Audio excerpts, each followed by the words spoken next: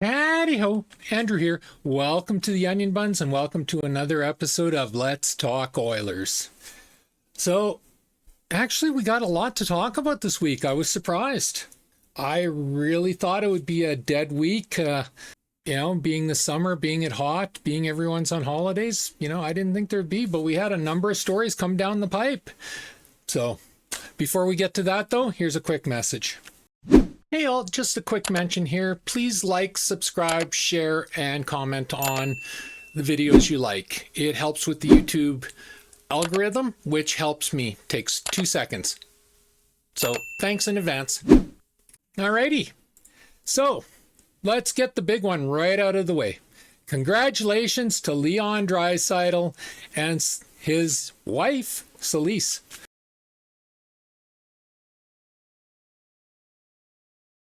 They were married this past weekend, August 2nd and 3rd. Here's a photo of the bride and the groom at their wedding.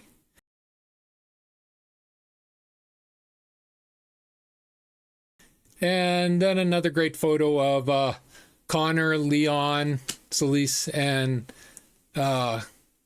Connor's wife, whose name is escaping me right now.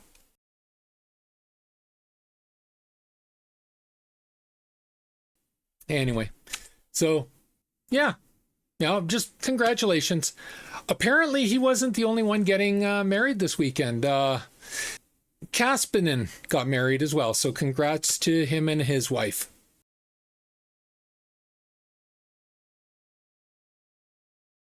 So, yeah, perfect time of season to do it, and I hope you all have many, many, many great years together.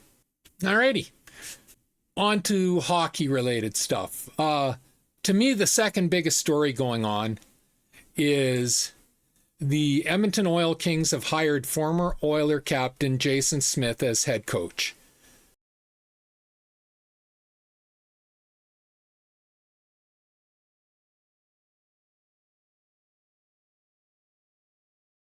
I am a fan of this hiring. I am a huge fan of this hiring. I have nothing but respect for Jason Smith and how he played the game. And honestly, I think we need more of that on our team. So I think he can only help the kids in the Edmonton Oil Kings. So that's a great signing, a great grab by the Oil Kings. And yeah, it's hard to predict how a junior team's going to do because the turnover is just so chaotic in juniors. 1 year you have a top team, the next year you're out of the playoffs because you're rebuilding. So it's really hard to predict how they're going to do.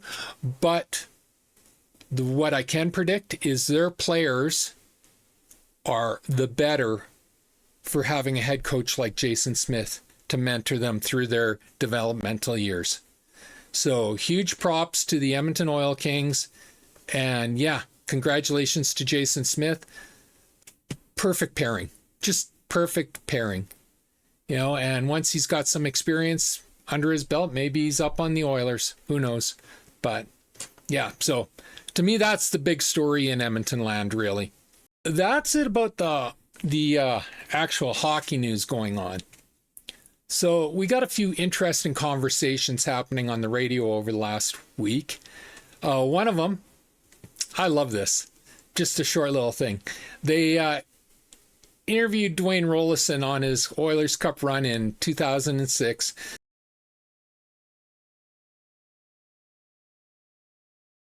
And his quote was, "I don't think I've been in a city that's that full of excitement. It was amazing to be a part of. The bars ran out of beer. They had to ship some from Calgary."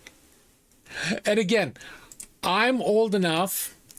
I've been a fan of the Oilers since before they were in the NHL. I went to my first Oilers game when they were playing Winnipeg and the Gordie Howe and his kids. So, I've been a fan of the Oilers since before they were in the NHL. And I've also been a Calgary fan. I love that 80s Calgary team. I know it's supposed to be sacrilege for an Oiler fan to admit it, but Roberts, Otto, Fleury, just Poplinski, that whole team. I loved the makeup of that team. So I was a fan of that team for a while, but once that team sort of dissolved, I moved back to the Oilers, and that's where I've been ever since. So I remember when we couldn't get players to play in Edmonton. And when we did get them, they wanted out. So I love reading ex-Oilers talking highly of the team and the city and their experience here. Like, I've told this story before, but I'll tell it again. One game sticks out in mind. I forget the year. It was Ted Green was the coach. So whatever year that was. And I went to a game with a buddy of mine, Rick, and Rick and I, the Oiler organization was so messed up back then. Rick and I went to get season tickets, but we like sitting up in the nosebleeds because, well, we like sitting in the very final row because back then we could light a smoke and just put our arm behind our chair and we were in a smoking section because back then you were allowed to smoke back there. So, we went to the head office and we said, like, you guys, they were drawing like 1,500 to 2,000 fans a game. They were not drawing well. And we said, we want to buy season tickets. Oh, okay, well, it'd be this much. Well, no, we don't want to sit down there. We want season tickets up at the very top last row. Okay, it'll still be that much. Why would we pay that price when we can get these tickets for like $15 at the door? It's not like you're selling out.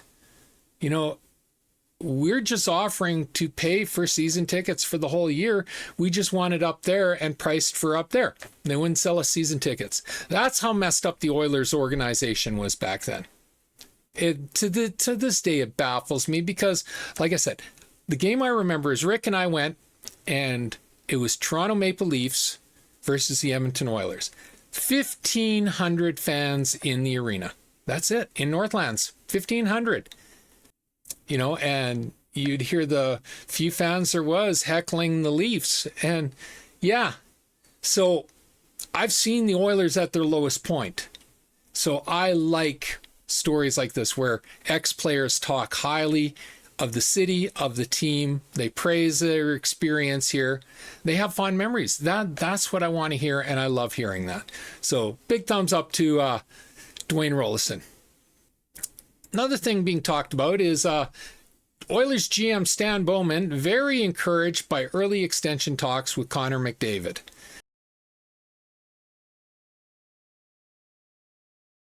What Bowman said is, a lot of this is respecting the athlete and their timeline. So we haven't had any of those type of detailed discussions yet, but we certainly will. And I think we're very encouraged by all the conversations I've had to date. And when the time comes, the time comes. Now, Connor was at Leon's wedding this past weekend, so obviously there was no talks going on. But everything I've heard says he's re-signing.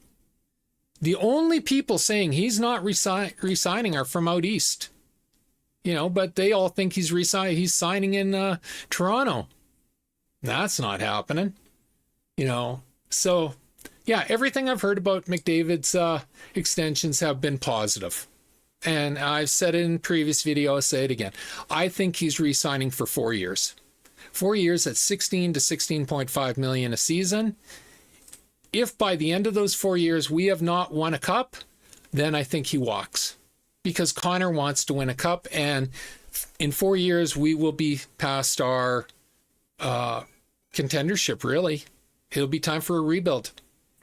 So I could see him walking in 4 years, but I think he re-signs for 4 years. So this one is interesting to me. The other conversation that's been going on is, do the Oilers need to play more physical to win in the playoffs? This was by Jason Greger. Now, what Greger says is, I don't think that was the reason they lost Game 5 and 6 this year, or Game 7 in 2024. I didn't see Florida running their show. However, having a physical element never hurts, and having players who are capable of using it helps.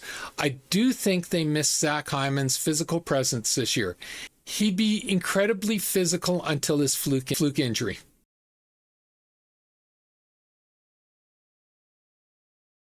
Okay, so I kind of agree with Gregor. I think we really miss Zach Hyman in the playoffs. I really do.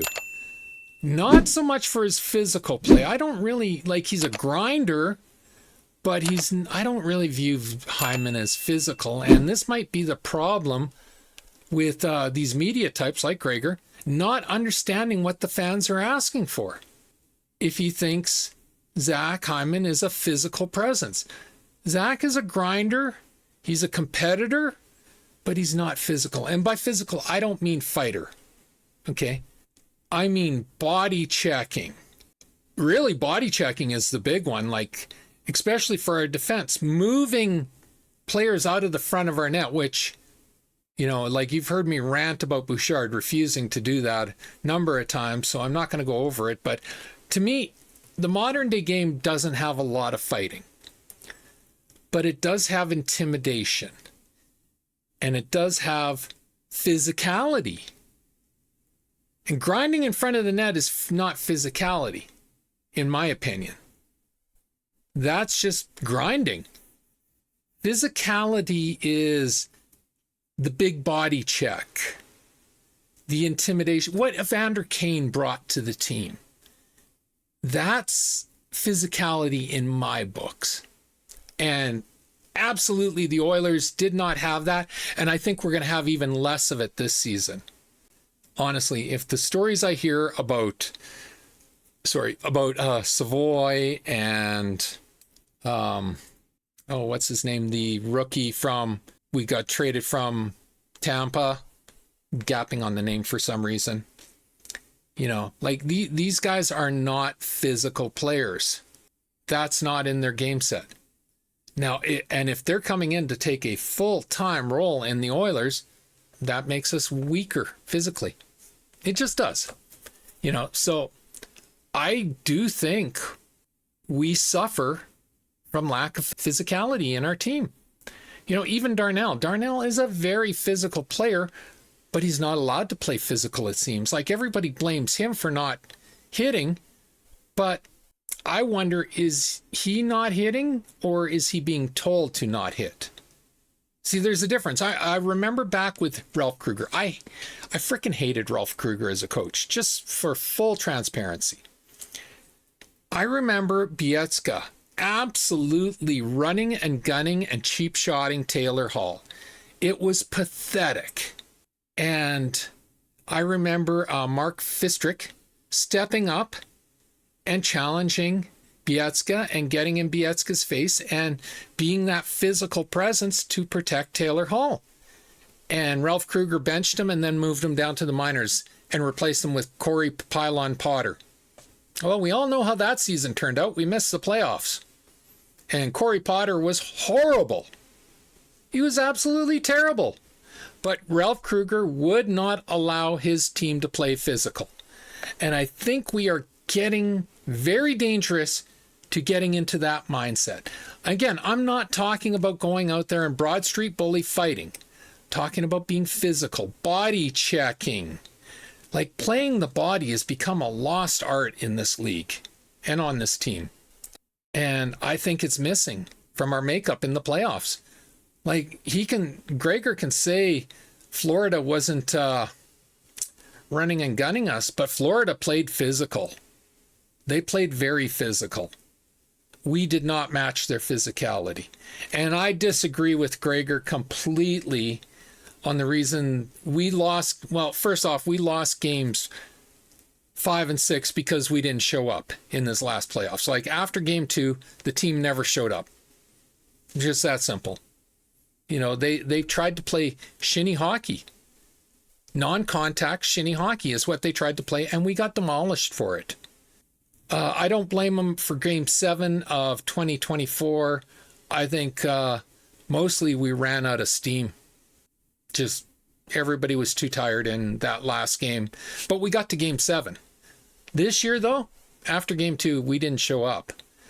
And a lot of that is because we were trying to play shinny against a team that was playing physical. So I don't agree with Gregor on that. And I absolutely do think that we lost because we were not physical enough. And I see hints of that being the same case this season. We'll have to see how it plays out. But, I want to see our big guys out there punishing the opponents legally, but punishing them. It's like I say with Bouchard. I don't want Bouchard playing physical. Okay, that's not his game. So only a moron demands a player play something that's not in their style. What is in Bouchard's capability, and I do want to see him going, is when teams clog up the center ice or the center of the net in front of the net so we can't get passes through and he can't get his shots through, I want to see him just unload 100-mile-an-hour slap shot at head level and clear that front of the net. And it will clear it. We've seen it. Years. L.I. Euphrates, Yendo Chara, Al McGinnis, Sheldon Surrey when he played for the Oilers, Weber. They all did this with their big shot when teams tried to clog the center ice and block their shots. And that's within Bouchard's capability of doing. Other players like Ekholm, Nurse, Wallman, trying to think of who else we got physical, Podkolzin. I want to see them playing physical on the ice. I want to see them finishing their checks, rough and gruff hockey. Punish the opponent. Not dirty, but punish the opponent. And I haven't seen that for the last couple of years, honestly. So, yeah, I'll be interested in which way we go. As I said, from what I'm hearing, we're going down the Toronto route of non-contact, shinny hockey, and I don't think that's going to cut it. I really don't. So we'll see how it plays out. So yeah, that's the news of this week for the Edmonton Oilers. More news than I thought there'd be. So as I started with 2 weeks ago, let's go down the third pairing, the third line and third pairing defensemen. Just quick reviews of what I think the line is. Now the third line, this is an interesting one. It's really hard to nail down. I think we're going to have Isaiah Howard on the third line to start.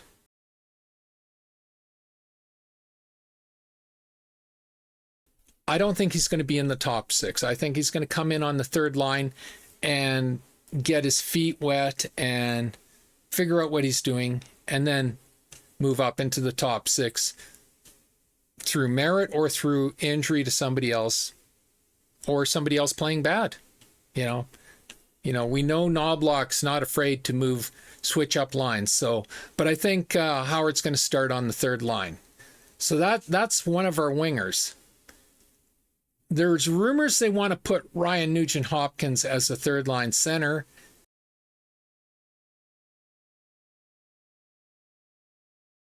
And I could understand that, especially if you have Isaiah Howard as a rookie on the third line. But I still think Nugent-Hopkins is going to end up on the first line with Connor and Hyman.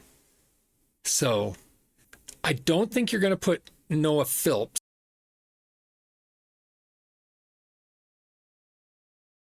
And this is what I was talking about, is you can't overload with rookies. This is why I think Savoy's going down to the AHL to start.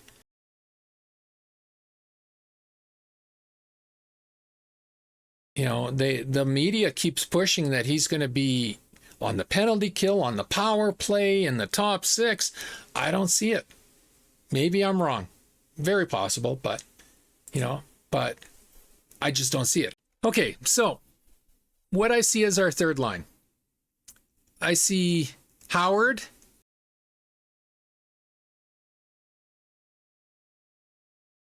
as he plays left wing. I see Adam Henrique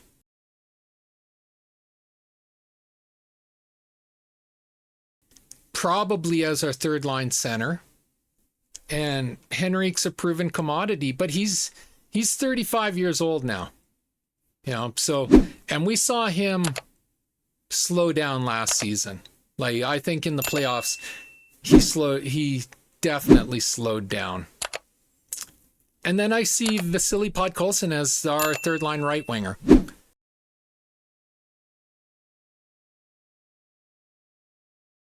And I love Podkolzin. You know, he's 24 years old. He's rumored to be getting a nice contract. Sounds like he's re-signing here. And yeah, he's got some grit to him. He's got some physicality to him. So he would be a nice addition to Henrique and run protection for Howard. So that's my predicted third line for this season. And again, that's open to interpretation and could change in a minute's notice.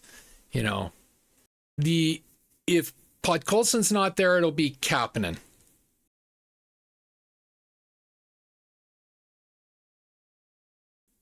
Maybe it will be Kapanen. He's the faster skater. He might complement Howard more. You know, but he was more gritty than I expected him to be, because I watched Kapanen in Toronto and he was pretty soft when he played for Toronto. So apparently his hardships have benefited in adding some dimensions to his game. So it's possible that he's our third line right winger. It'll be him or Podkolzin. I would think they're probably going to start with Podkolzin, but you know, flip a coin. Yeah, so that's my third line prediction. I really don't have much to say about him. It's I don't know what to expect from Howard. You know, he's going to have to come in and make a name for himself. It's that simple. Adam Henrique, as I said, he's a proven commodity. At one time, he was a superstar in this league, but he's slowed down. Age is getting up to him. I honestly think he's probably in the last 3 years of his NHL career, if I'm being totally honest. You know, he's got this season. I don't think the Oilers will re-sign him next season, so he might pick up another 2-year contract on a non-playoff team somewhere, and then I think he's done. So, you know, and then so Podkolzin or Kapanen on the right wing, Howard on the left, and Adam Henrique is the center. And you know, some good experience to teach Howard and develop him. So that's the fourth line. The third pairing defensemen, they're a bit interesting. It's going to be Kulak for sure.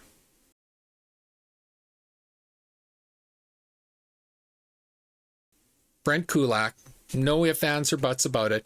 He will be the anchor of our third pairing defenseman. But who do you put with him? Like I said in my last video, I want to see Wallman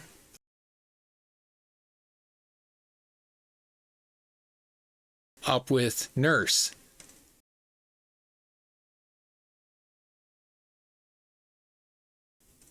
So that would probably mean Emberson is with Kulak.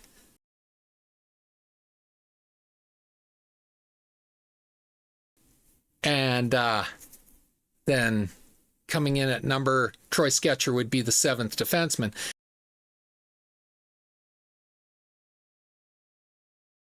And that's how I see it play out. But who knows? You know, they may sit Emberson and put Stetcher as the number 6. And I don't think that would be smart, personally. I really don't. But, you know, we're going to have to see. There's really not much, like, Kulak's he's a classy professional. He can play up to the second pairing with Darnell when he needs to, but I think he's more comfortable at this stage of his career as a third pairing defenseman, as the anchor of the third pairing. And I think that's where he should be. So that leaves Emberson or Stetcher to play with him. I would go with Emberson. Emberson has the physicality that I want to see in this team. Like, this team needs to get some more physicality to it, and Emberson brings that. Stetcher does not. You know, Stetcher is a puck-moving defenseman, but I would rather see our third pairing focused on defense than puck-moving. shutdown than offense. That's my desire for our third pairing. So my personal desire is Brent Kulak and Ty Amberson. That would be my defense pairing to start the season at least. And yeah, so anyway, that's how I see it anyway. You know, I don't have a big breakdown of these players. Once you get into the third line, it's more about position in third line and fourth line than it is offense to me. I mean, I hear all the time Stauffer and all them offense. And I think that's part of our problem with our team is we're so focused on offense that we forget about the other aspects of the game. Physicality, defense. Now, I don't mean defensemen, I mean team defense. So, you know, I want to see a third line that has an offensive jump, but is steady on their defensive play. And that's why I would put Podkolzin over Kapanen on the third line. Is you got Howard, who's supposed to be quite an offensive gifted player. And then you have Henrique, who's a great mentor, and you have Podkolzin, who's a great grinder, physical player, and good penalty killer defensive player. That's a nice mix. And then I want to see our fourth line focus on defense. But I'll do that next week. So anyway, that's all I got for you. It's actually a shorter video this week. So if you like this video, leave a like, a subscribe, and a share. I'm trying to grow my channel, and a like, a subscribe, and a share does me wonders, and I do appreciate it. Always feel free to leave a comment. I encourage everybody to leave a comment. Let's get talking. Only comment I got last week was some, obviously not an Oiler fan, posting some nonsense about Cats and Connor and whatever. Whatever. It was there. Maybe if I get enough of those silly posts or comments, I'll make a video on stupid comments being made to me at some point. But yeah, so it gets us interacting is the point, and it really does help me with the YouTube algorithm and getting more eyes on my videos. And as always, pew, pew, pew, and shit. Thanks for watching. Have a great day. Bye.